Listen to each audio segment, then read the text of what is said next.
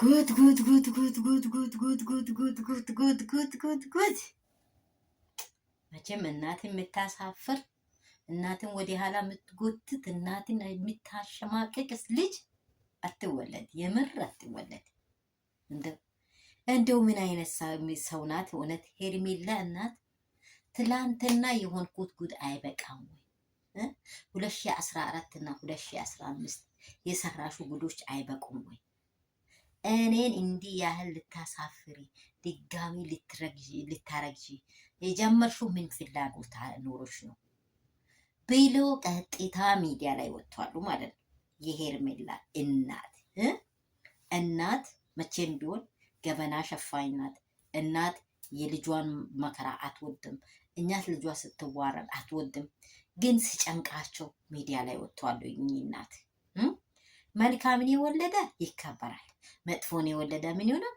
በቃ ሙሽሽ እያለ እሳቸው እንደዚህ ያወሩትን አብርሽዬ እንግዲህ እሷን ለማሳፈር ስለማይፈልግ ጆሮ ዳባ ብሎ አልፎታል ማለት ነው። እሳቸው ጉድ አውጥቷል።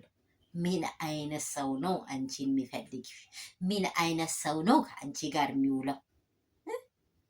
አንቺ አፋለሽ እኔ ንጹህ ነኝ፣ እኔ ድንግል ነኝ፣ እኔ እንዲህ ነኝ ያለችው ሴትዮ አይታችኋል አይደለም?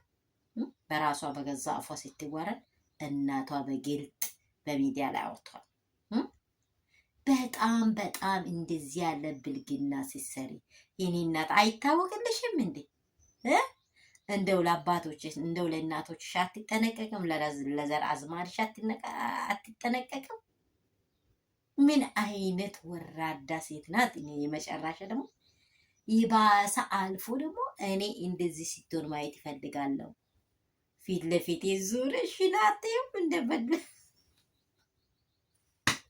እኔ ተዋረድኩ። ጌታ ምስክሬን ነገሬን ቃላትንም አልጠቀምም። እኔ ቃላትንም አልጠቀምም።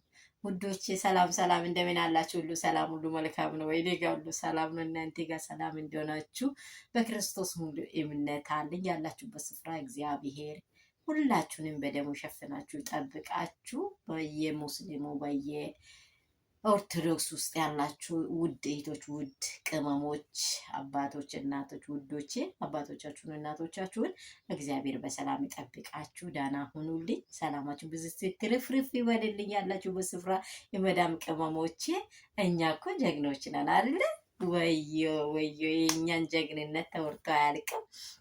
እንግዲህ አሳፈርሽኝ ልጄ። ከእንደዚህ የወደቀ የዘቀጠ ውሎ እንደምትውይ አላወኩም። ከዛ ከምትኖርበት ከቡታጅራ ወደ አዲስ አበባ እንደመጠሹ ከዛ ሁሉ መከራ ወጥቼ ደግሞ ደጋሚ ልጅ ልታረግዢ የወጣሽው ያደረግሽው ምክንያት ምንድን ነው ብለው ይኸው ጉድ እያስባሉ ይገኛሉ። ሚዲያውን እያጣጣፉ ነው ማለት ነው። እንደዚህ በቃ እናንተ ይሄ ደግሞ እሱ አብርሽዬ ደግሞ የጋሼን ለምሳሌ መጀመሪያ ከዚህ በፊት ያወሩትን እነርሱ እንዲታረቁ የሰሩትን የተጉትን ነገር ሁሉንም ነገር ወዲያ ላይ አድርጎ ጋሼን ፊት አይቶ አያውቅም። አብርሽ እስከዛሬ ድረስ ጋሼ ጋር አግኝቶት አያውቅም።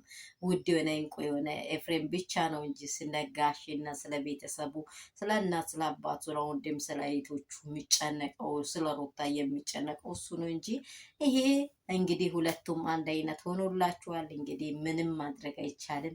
እንግዲህ መልካም የወለደች እናት እንግዲህ መልካሙን እየሳመች ትደሰታል። መጥፎ የወለደች ደግሞ የተኛውም ከሾንጎ ሁሉ ፊት ትዋረዳለች ማለት ነው። ይህ የሚያደርገው ምንድን ነው? የልጅ የማይረባ ልጅ አወላለድ ነው። እግዚአብሔር ከዚህ ያውጣል። እናንተ ደግሞ ከዚህ እንድትማሩ ትዳር ያላዛችሁ ትዳራችሁን በስነስርዓት ለማዝ የምትሞክሩም ስነስርዓት ባለው መንገድ ቢትሄዱ እውነታውን ተናግራችሁ በእውነት መንገድ እንድትጓዙ ባይ ነኝ።